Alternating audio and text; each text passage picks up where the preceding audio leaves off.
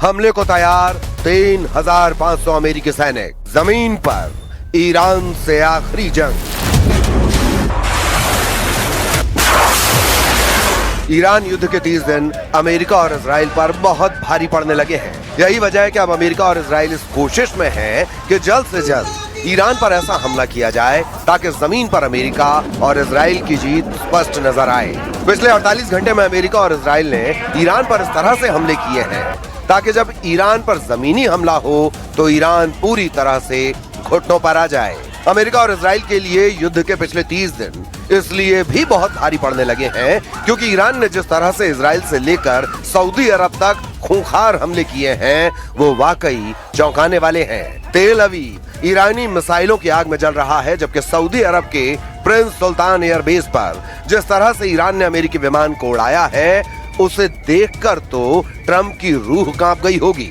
अब खबर है कि ट्रंप जल्द से जल्द युद्ध से बाहर निकलना चाहते हैं और इसीलिए अमेरिका ने 3,500 सैनिकों को पश्चिमी एशिया में पहुंचा दिया है। लेकिन इस बीच अमेरिका और इजराइल में युद्ध के खिलाफ ऐसा गदर शुरू हुआ है जो एक तरह से ट्रंप और नेतन्याहू के खिलाफ तख्ता पलट साबित हो सकता है।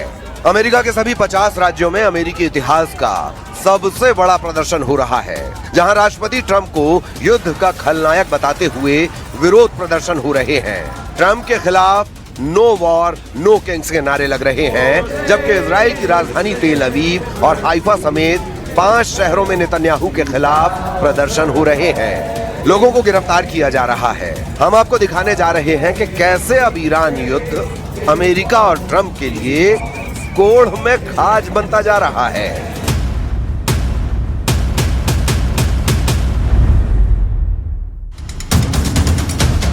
ईरान पर जमीनी हमला, चुन चुन मारेंगे अमेरिकी सैनिक।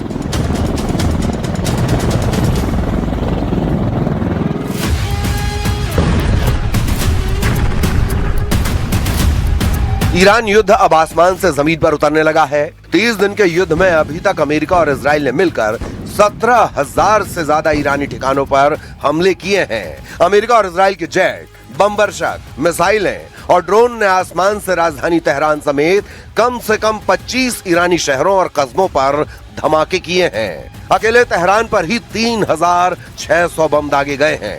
पूरे ईरान पर F-35 जेट, B-2 बमबर्षकों से 20,000 के करीब बम और मिसाइलें दागी गई हैं। ईरान के Fordow, Isfahan, Natanz, Bushehr nuclear plant, Arak और अरादान परमाणु ठिकानों पर प्रचंड हमले किए जा चुके हैं। लेकिन उसके बावजूद ईरान में अभी भी 3,556 ठिकाने ऐसे हैं जिन्हें राष्ट्रपति ट्रंप हर हाल में तबाह और बर्बाद कर देना चाहते हैं और इसी के लिए अब अमेरिकी सैनिक ईरान पर जमीनी हमला करने जा रहे हैं।